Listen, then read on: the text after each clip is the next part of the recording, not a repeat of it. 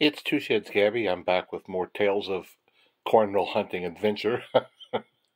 Today I've got the first of 2 boxes of pennies that I picked up this week, and we'll see what we find. No wheat penny enders, but there's a nice old 1961 Canadian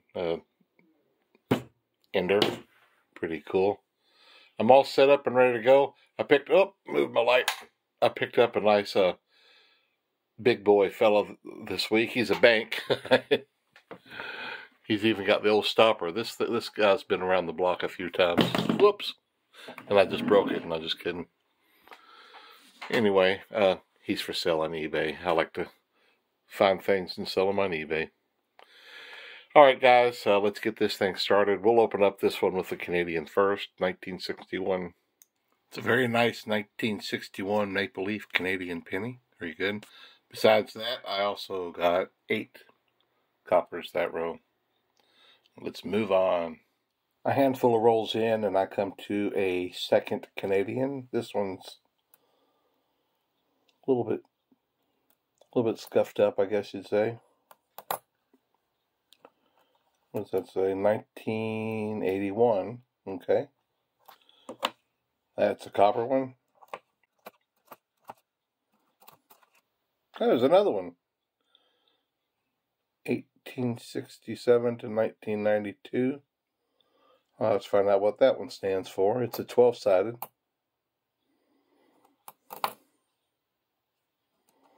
Well, that's 3. I'm starting to wonder if it's going to start being uncommon to quite get 3 pounds in these boxes. This is a commemorative issue. It's the 125th year of the Canadian Confederation. That's what this is about. I don't think I've found but maybe one other of these. I don't see it very often.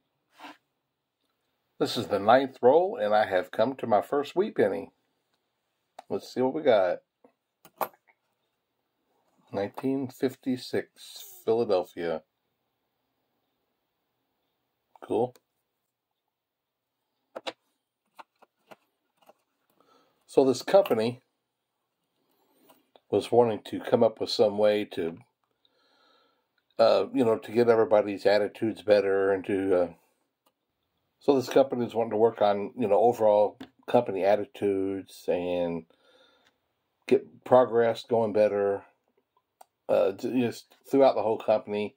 They didn't have a lot of money to spend, so they were coming up with different programs and different incentives to just get the people, cheered up and whatnot. And they were giving out different awards for, best teammanship and all these different things. And they also decided to give out an award for humility. And they asked everybody to, put in somebody's name. There's an 83. To zinc, who they thought in the company was the most humble. And several names were submitted, and they finally chose this one person for being the most humble of the company. And when they presented the award, the person came forward and accepted the award, and immediately they took it away from him because they had the gall to go up there and accept it. It's like, how can a humble person do that? Oh, that's silly. 50. Oh, there's number 2. Wheat penny number 2. Cool.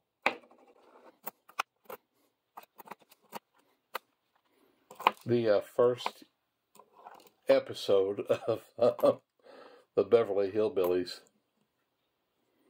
Mr. Brewster is trying to talk to Jed Clampett and explain to him how much money he has, and he's trying to tell him to move, I think it is, to Beverly Hills, and trying to explain to him he's got a lot of money. He says, "You've got enough money to buy the Taj Mahal," and Jed says, "All right, I'll take it." He said it was just a joke. Anyway, Jed says, "Mr. Brucey, you're a nice fella. but I've heard better jokes. The very next roll, and I get wheat penny number 3.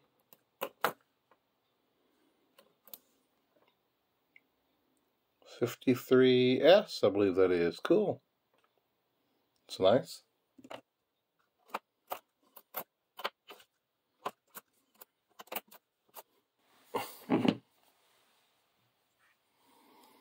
You see that little scar on my hand? Goes from right there all the way up to about right there.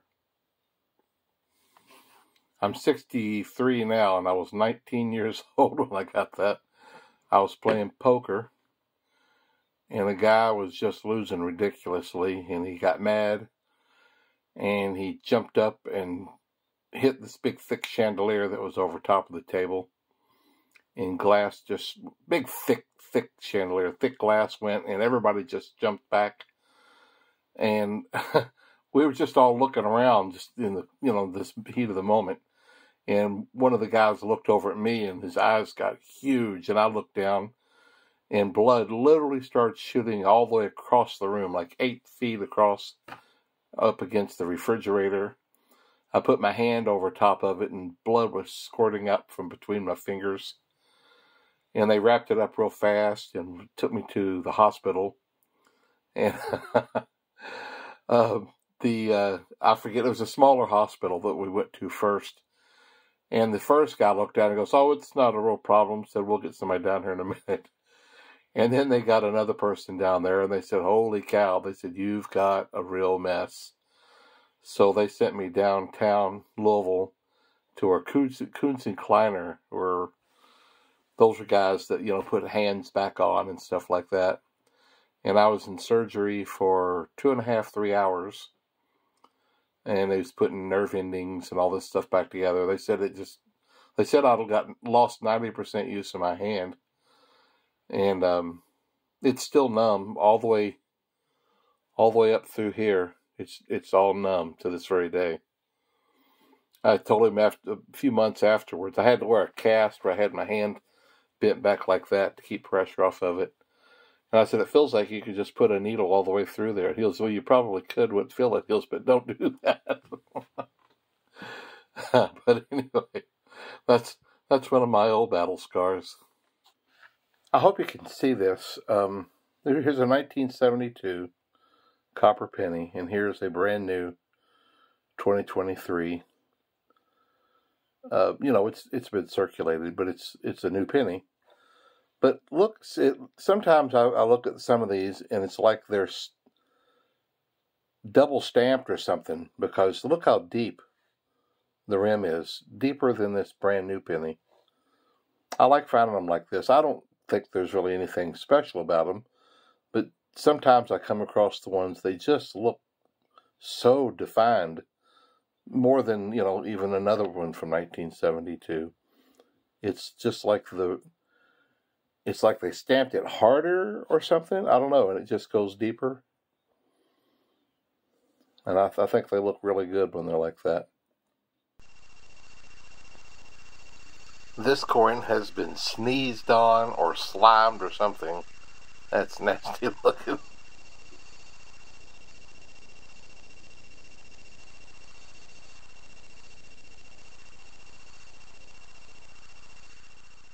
This is the 14th roll of pennies I've gone through, and this is my 4th wheat penny. All of them in the 1950s so far. Still fun to find wheat pennies.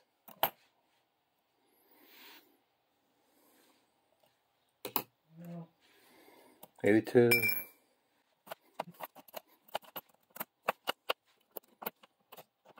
I would call that gnarly.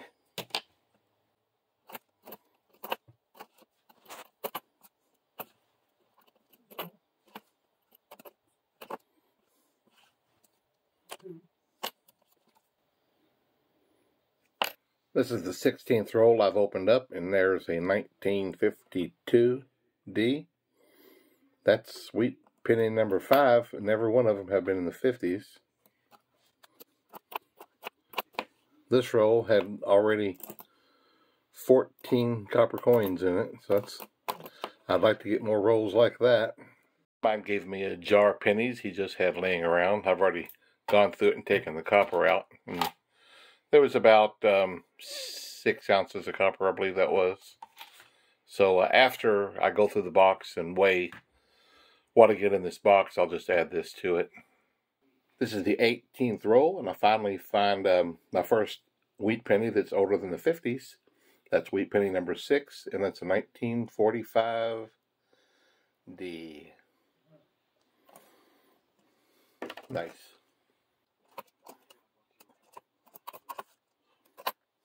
$82.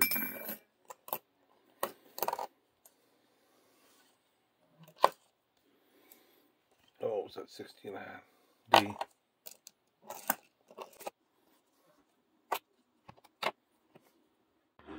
This is the 21st row. I am still in the first half, and there's wheat penny number 7. Oh, what is that? Oh, can't tell.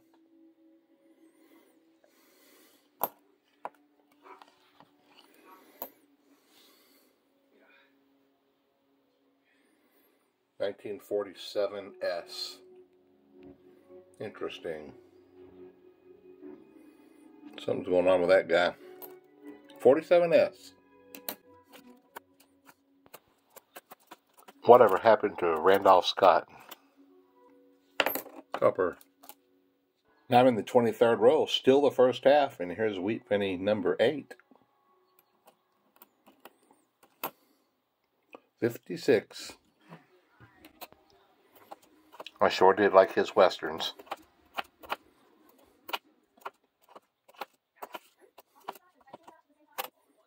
Very next row, and I find my 4th Canadian. This is, again, 12-sided, 1984.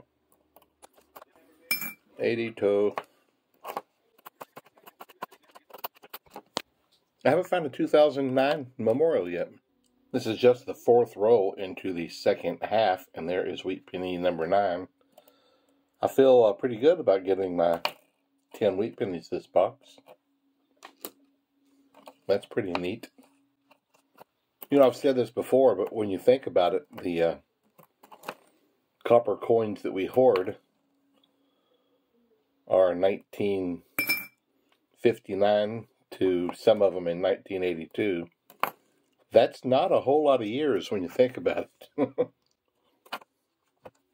But what, 23 years of coins that we're looking for here? I mean, yeah, we're looking for the wheat pennies and all that too, and the Canadian, I agree. But for our hoarding purposes, it's just 20-something years.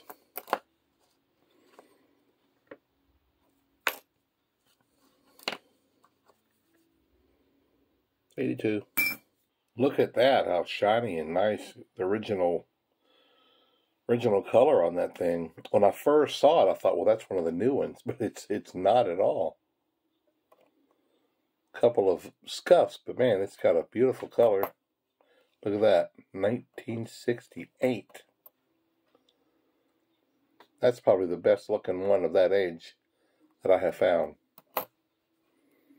That is really nice. Pretty cool.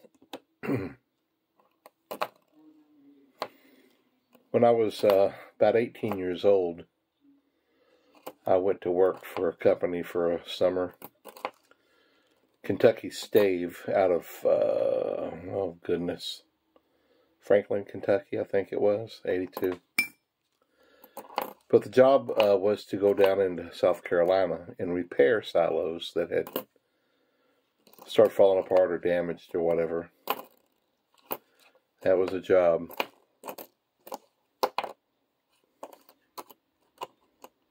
I'll tell you more about it in a minute. When the corn was harvested, it would get chopped up and then sent up a chute and up to the top of these silos. They were block concrete stave silos that I was working on.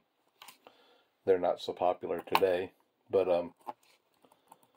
and they would fill up the silo with that, and then they would set up an auger inside of it that would go round and round and scoop the top layer of the silage corn silage off the top and shoot it down the chutes, sometimes into a trough or onto something that would ultimately feed the cattle. And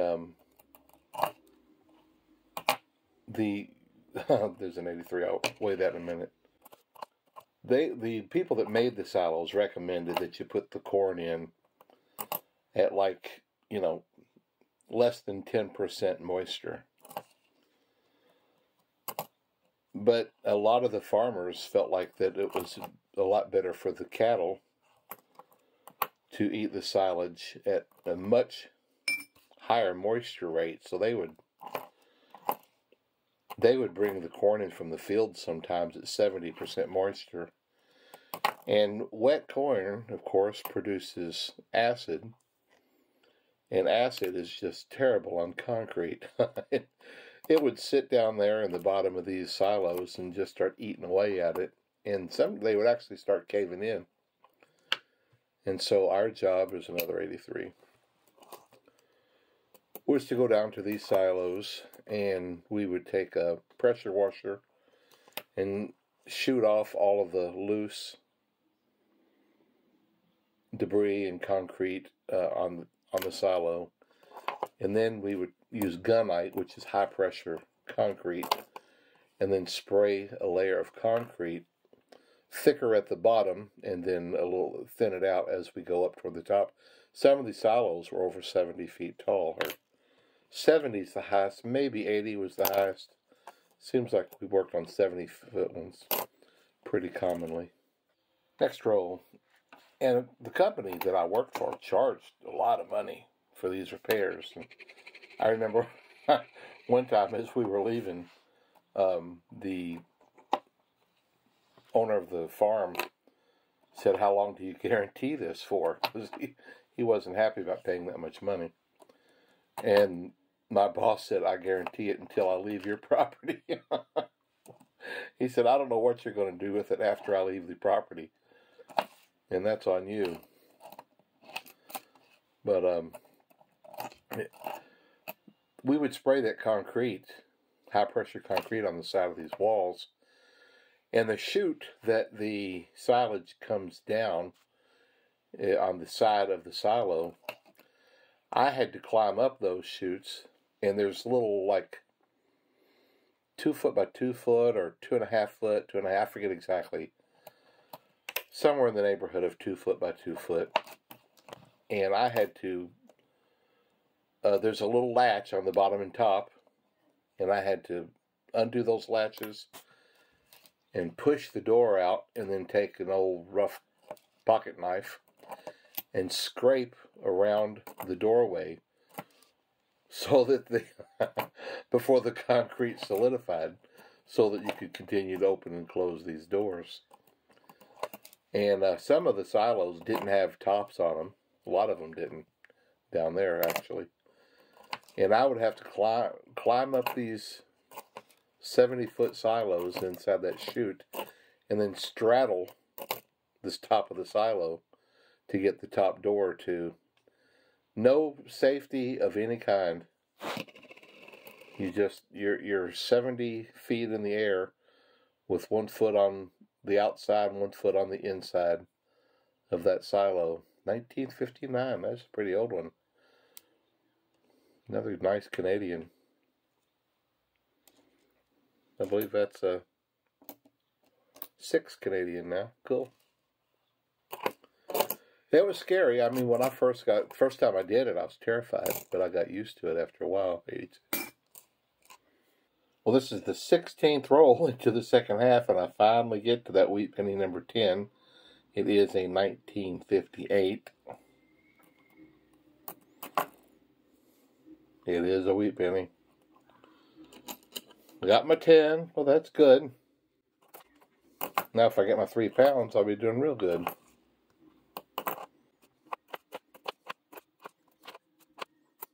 Well, that's a nice looking 82, ain't it? Look at the back of that thing. Wow.